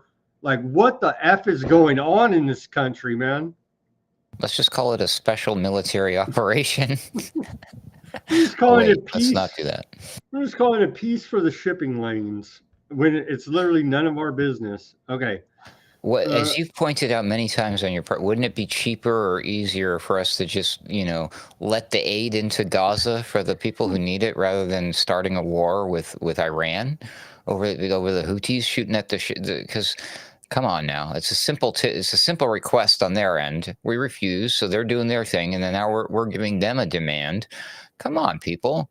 Who's ultimately going to look like the baddies at the end of the day? If you happen to not live in America, because in America the propaganda is strong. If you live in aardvark land, the propaganda is strong. But if you have a brain, eyes, and ears, and you can see and hear what's going on, which one of these elements is going to look like the a-holes here? It's us, America. What are you doing? Crazy. Thank God my tax dollars aren't paying for that. But chances are yours are. Somebody out there, I know. That's a great segue to you're not anti-Semitic enough. Let's watch this clip. This anti. This is Anti-Semitism is not just an age-old prejudice. It is a contemporary crisis manifesting on campuses across the nation. It is not enough for individuals or institutions to merely claim they are not anti-Semitic. As my father once taught me, it is not enough for people, especially public figures, to be neutral or not be anti-Semitic. One must be anti-Semitic. We must demand the same of our universities and government institutions. This hearing, in my opinion, is an attempt to be just that. We're raising the bar here. Anti-Semitic. Jesus Christ technically was anti-Semitic, so you're saying we need to be anti-Christ? Huh. Weird. Think about that one. These are crazy kids coming out of aardvark land. I hope everybody can see and hear what this is. Probably the most dangerous slippery slope, not in America. What are you doing? This is crazy. They're literally saying you have to pick a side. Anti-Semitism. This is dumb. Count me out. 100%. Okay, that's officially on the record. I will never be anti-Semitic, but I'll also not technically be anti-Semitic, although my religious belief is antithesis to yours. So figure all that out. Weird. We got more. Our shadow president Bibi is praising Trump's decisive actions cracking down on anti-Semitism, but is Bibi anti-Semitic enough? He says we must pressure other governments to do the same. Let's watch this clip. We're not doing enough here now. People are demonstrating with passion. These ignorant demonstrators. Who are they demonstrating for? For these murderers, these rapists, these mass killers. This is a reflection of a deep rot that has pervaded the intellectual hub of free societies. And this vilification of Israel, the Jewish people, and Western values has been propagated by a systemic alliance between the ultra-progressive left and radical Islam. It must be resolutely fought by civilized societies to safeguard their future. This is why we must all commend President Trump's decisive actions against anti-Semitism, and we must pressure other governments to do the same. Wow, I'm not progressive left or Islam, and I'm 100% against everything they're doing over there, so I don't know where I fit in. I better watch out for a drone. You're uncivilized, radical, all those things. Terrible. Where were you raised? In Yemen? We need to pressure other governments to do the same. It's just like, wow. It's pressure. Do you mean to say threaten, blackmail? Extort. Wow. Sanctions, tariffs, here they come. Drones, here they come. Drones. So only if they're terrorists. Bibi is facing his own internal strife there with Qatargate in aardvark land. Here he is trying to cover it up amidst today. Bibi aides Urich and Fladstein arrested in Qatargate investigation. And so top aides there to Bibi are getting arrested in an anti-Semitic move by aardvark government. Wouldn't you know? And so that has been developing today. And then we have another, you can see right there in the Aardvark Times. And so we're going to play another clip. I think this one is in the phlegm in your throat language. So we have subtitles, but Bibi has condemned the Qatargate scandal and investigations into his cabinet, calling them politically motivated attempt to remove right-wingers. Let's watch this. I think I got to get rid of my scroll so we can see the translation. And here we go from our shadow president, Bibi. ברגע שנתבקשתי לתת עדות, אמרתי, אני מפנה את הלוח זמנים שלי, אני רוצה לתת עדות עכשיו. עכשיו, לא לחכות אפילו רגע. המשטרה אמרה, צריך 4 שעות. אחרי שעה. נגמרו להם השאלות. לקחו הפסקה של 1.5 שעות, חזרו ל10 דקות, אמרתי, תראו לי חומר, תראו לי משהו. ולא היה להם שום דבר להראות. ואני נדהמתי. זאת אומרת, הבנתי שיש פה חקירה פוליטית, אבל לא ידעתי עד כמה. והם מחזיקים את יונתן אוריך ואת אלי פלדשטיין, פשוט מחזיקים אותם כבני ערובה, מרירים להם את החיים, על כלום ושום דבר. זה ציד פוליטי, זה נועד רק למטרה אחת, למנוע את הפיטורים של ראש השב"כ, כאילו יש פה איזו פרשייה, אין פה שום דבר, וגם להביא להפלתו של ראש הממשלה מהימין. חקירה פוליטית, ציד פוליטי, זה מה שיש פה. אין פה שום דבר אחר. I'm convinced they're innocent. Which ones? Because apparently they're split. So there's like not all aardvarks think and act and vote the same way. So which ones do we support without being accused of being anti-Semitic? And we have to be anti-Semitic. So, and I don't want to be anti-Semitic because that would just cancel everything out, and I'm already confused. But I guess everything Netanyahu does is good because he's prime minister, right? Yep, there we go. We're good.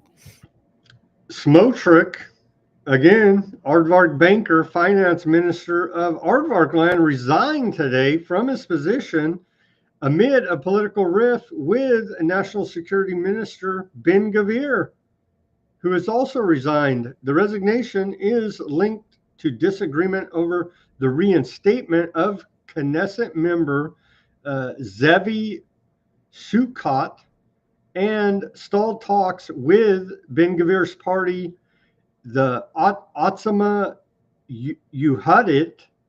I know I butchered that pronunciation. Smotrich's move is seen as a strategic maneuver to potentially force out other Knesset members and possibly regain his ministerial role after a parliamentary vote. So kind of a political stunt. I don't think he's going anywhere, but your favorite aardvark banker and genocidal, homicidal maniac, Smotrich, right there. They're a bunch of quitters, apparently. Their politics is way different than ours. If you resign here, they like play games. They're like, I quit, and then they go and talk, and they go and have a conference. Oh, we're back. You know what I mean? So I don't claim to fully understand the internal workings of Aardvark Well, yeah, I quit politics. first, so there. Our State Department here blames Hamas for IDF killing 15 medics and aid workers. Let's watch Tammy Bruce, former, quote, journalist turned shill for the State Department.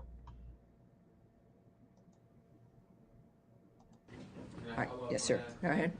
On Gaza, the UN's Humanitarian Affairs Office has said that 15 paramedics, civil defense, and a UN worker were killed, in their words, one by one by the IDF. They have dug bodies up, they said, in the shallow grave that have been gathered up, and also vehicles in the sand. Have you got any assessment of what might have happened, and given the potential use of American weapons, is there any assessment of whether or not this complied with international law? Well, I can tell you that for too long, Hamas has abused civilian infrastructure, cynically using it to shield themselves. Hamas's actions have caused humanitarians to be caught in the crossfire. The use of civilians or civilian objects to shield or impede military operations is itself a violation of international humanitarian law. And of course, we expect all parties on the ground to comply with international humanitarian law. But this is specifically a question on any, it's a question about accounting and accountability, given that it may have been the use of US weapons. So it's a question about the State Department rather than Hamas. Is there any action to assess? Every single thing that is happening in Gaza is happening because of Hamas. Every single dynamic. I'll say again, I've said it, I think, in every briefing. All of this could stop in a moment if Hamas returned all the hostages and the hostage bodies they are still holding and put down its weapons. There is one entity that could stop it for everyone in a moment, and that is Hamas. All loss of life is regrettable. It's key, obviously. Whoever it is, wherever they live, and this has been the nature of what fuels Secretary Rubio and President Trump in their willingness to expend this kind of capital early on in this term to make a difference and to change the situation. So I think that is the one thing that remains clear in all of this, which is all for all of us, which is why we work to stop it. A horrible dynamic. Translation: Western intelligence is to blame for the genocide, essentially, i.e. Hamas. Only one side can stop it. Not the Well, guys, no. not the guys Let with me the just- actual army bombs. Let me just put out a weird hypothetical because, things happen, earthquakes, natural disasters. What if like a giant asteroid fell out of the sky and unfortunately took out the entire country of Aardvark land? Okay, let's just say that happened. We don't know how it happened, but now they're not there. And then mysteriously, the war in Gaza stops. But it was not because Hamas, who is the only side who can stop it, decided to do so. What else? What is this other factor that could possibly put an end? Obviously, clearly, there's two sides, and that means that either side, or hopefully at some point both sides will come together, can stop it. It's not just one side can stop it and one side only. Wow, that was quite telling of that lady, and she was quite the dodger there. Tammy, or did she use her full name too, like Pamela? Bruce. Tamara. Let's call her Tamara Bruce. Wow. Cheese and crackers, man. That was disgusting. At least that guy didn't get dragged out like some other people when they were heckling Tony Blinken. He should be dragged out. Any questioning of it? And they're saying Aardvark land is so fake. Is it real? That's what they're saying. It's like, well, Hamas uses them like human shields, and that totally explains why they were handcuffed and shot one by the IDF, because that's how human shields work, obviously, just because we changed definitions, And Quick Wikipedia, get on it. I saw a report. The IDF carries around their own personal human shields as well as like and slave labor too. little pet human shields that are just Palestinians. So who cares? And they throw them out there in front of them when the Western intelligence is attacking them. Okay, continuing here. We got a couple more stories, then we'll wrap up for today. Shout out to the chat over there. Thank you guys for keeping it lively. Let's see, we get a comment here. Let's see what Netanyahu can't come to my house and try to run a game. Let's see what happens. Wait. Don't be giving Netanyahu your address. That's they'll drone you. Don't give Peter Thiel your address. What are you doing? I know. He'll do something worse to you. I know. Turn you into a transhuman experiment. Okay. Allegedly, we always hear big talk throughout this whole thing from Erdogan out of Turkey. Now they're saying Erdogan calls for destruction of Aardvark land during Eid prayers. It's being reported here now. He says his comments specifically mention Zionist entity and were made in reference to the ongoing situation in Palestine. This guy is always like trying to talk big talk, but never any action. As he said, he did an economic embargo against them, but they kept trading with him. His family, part of the groups that are allowed to continue to trade with Aardvark land out of Turkey. Big talk, no action. But of course, they need a boogeyman, and Erdogan fits the bill here. I like to call him Erdogan. Two last stories here about the Aardvark land. Aardvarks request Egypt to dismantle Sinai military buildup. Aardvark land has recently observed a military buildup by Egypt in the Sinai Peninsula, which is believed to be violating the 1979 peace treaty between the two nations. And so, as we know, Aardvarks honor all peace treaties and ceasefire deals. And so Egypt better watch out with this military buildup there in the Sinai Peninsula. I bet Egypt's just getting a little nervous considering what's happening with Lebanon and Yemen and Syria, and holy crap, I've lost track of all of them now. Everywhere around that area, the map is just it's expanding, it's growing. I don't know what the proper term is here. All right here, all this area is getting bombed to hell, and so you can see just down here a little bit south. Yeah, Egypt's like, hey, wait a minute, I've seen that greater Aardvark land map too, and there's a little piece of Egypt in there too that, hey, they may be moving south here very sooner than later because all the bombing's done up north. And in case you're not paying attention, this is the reason why we need to take by force, if necessary, Greenland, obviously. Oh man, what do they say? State of Rothschild, please make yourself more vulnerable. The greater Aardvark land project will continue. Yeah, Egypt probably is getting pretty hairy about it. Okay, last story. Rafah evacuation order today amid Gaza's food crisis, and we don't know why they don't have any food. It's a mystery.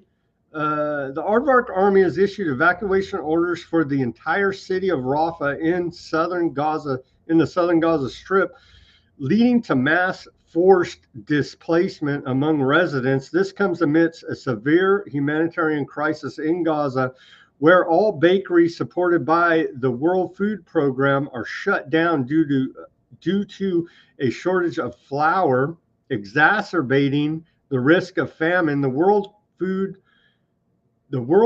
Program has warned that its food stocks in Gaza will run out within 2 weeks. Hamas has condemned the evacuation as a war crime and an escalation of aggression.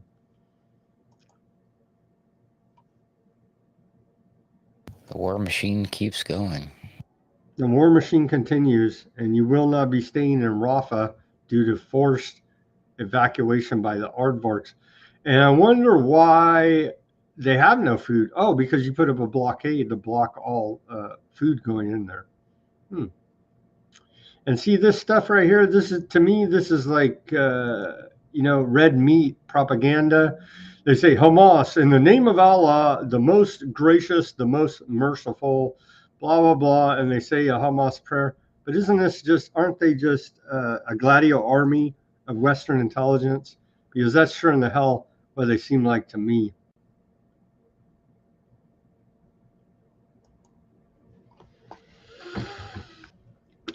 That's all we got. Anything else you got there, Ruckus, for us today? Nah, my news feed has been covered by everything you brought up today, so we're good. And I understand a lot more and a lot less about our world, unfortunately, but we call that being informed in 2025, I suppose. Thanks for all the good illuminating knowledge. It's a good story about the 33, by the way. I didn't know about that one. Caught me off guard. Good one. Here you go. Just don't. We're not anti-Semitic enough. All right. That's right. I saw someone in the chat room say they were anti-semantic. They get words wrong all the time. So do I. Oh, another plug. We did a great show yesterday that's not available on Facebook or YouTube. Everybody go to our Rumble or Odyssey channel. Let me just plug that show again. And the most I could say about it is it's the largest public experiment conducting controls. And I thought it was very informative, and we're going to continue to report on this on the channels that can be. But here is, let me just throw that up there. Yesterday, and if you missed yesterday's special Sunday show, we do a deep dive here with Jamie Andrews, and he's carrying on crowd-funded experimental research that we should all be taking a look at to get a different perspective than the established status quo trust the science view here now, which has a vested interest in not being so forthcoming when it comes to matters of public health concern, let's just say. And so he's trying to do his best over there in France to dig deeper into this whole what is a virus controversy. So look for that very special show on Rumble or Odyssey or BitChute as well. And I see Carrie has made it there in the chat. And Carrie, I feel bad about her health care. I don't know what to do. She said she's having problems trying to get her health care taken care of. Yeah, I don't know, man. It's bad. It's real bad for everybody. And they say, well, single payer will solve it. I don't think it's going to solve it, honestly. It would help pay for it, I guess, so you don't get as bankrupted, but it's not going to solve the conundrum of Western medicine that we find ourselves in today. And so I guess if you could have the state pay for it, at least you'll be alleviated of being bankrupted by the system, but it's still not going to cure you or give you much other help, and it'll just put it on the back of the taxpayer. So I think we have to take our health into our own hands at this point and mitigate all the toxic environment of soup that we live in. And you can only do so much, but it's up to the individual to take personal responsibility. I know that's a sin in the eyes of the state, but it truly is up to us to try to mitigate all the risks that are out there: food, water, air, and so on, medicine, and the electromagnetic frequencies are another thing very heavily polluting our environment that are invisible to the eye, that everyone should be cognizant of as well and try to mitigate those risks, i.e. the tinfoil hat, Ruckus. This is why they stopped making it with tin and it's aluminum foil now. It's a great I've heard that. I've heard. Wait, real quick before we wrap it up, what do you think about the conspiracy that people say they don't care about kids eating lead paint chips in the 50s? The reason they took the lead out of the paint is so that you couldn't block the radio microwave beams, EMFs, right? Electromagnetic That's right. frequencies. If you look at a graph of when they stopped using lead and paint and then match that correlated with the increase of people who hear voices in their head, you know, then there might be something to that. All right, we'll leave you with that. As always, everybody do your own research. Peace, love, and liberty. Speak out and take action. Have a great rest of your Monday. We'll be back here tomorrow on Weaponized News. Shout out to Barry. You missed Barry. I did share, or maybe you did hear it, but I did share the announcement about the Solari, Catherine Austin Fitz meetups there in Canada if you joined us late. So I did read your email, and shout out to Barry, our unpaid producer and chat room monitor along the interwebs. Thank you, Barry. And we'll play some more of your activist videos as the week goes on here. And I found another great video. I don't know if you guys seen it, but I have another great video that can't be on YouTube, but we're going to have to create a segment where the regular show's over and on to the documentary section off of YouTube. But thank you, everybody, for tuning in on this Monday edition of Weaponized News. Peace.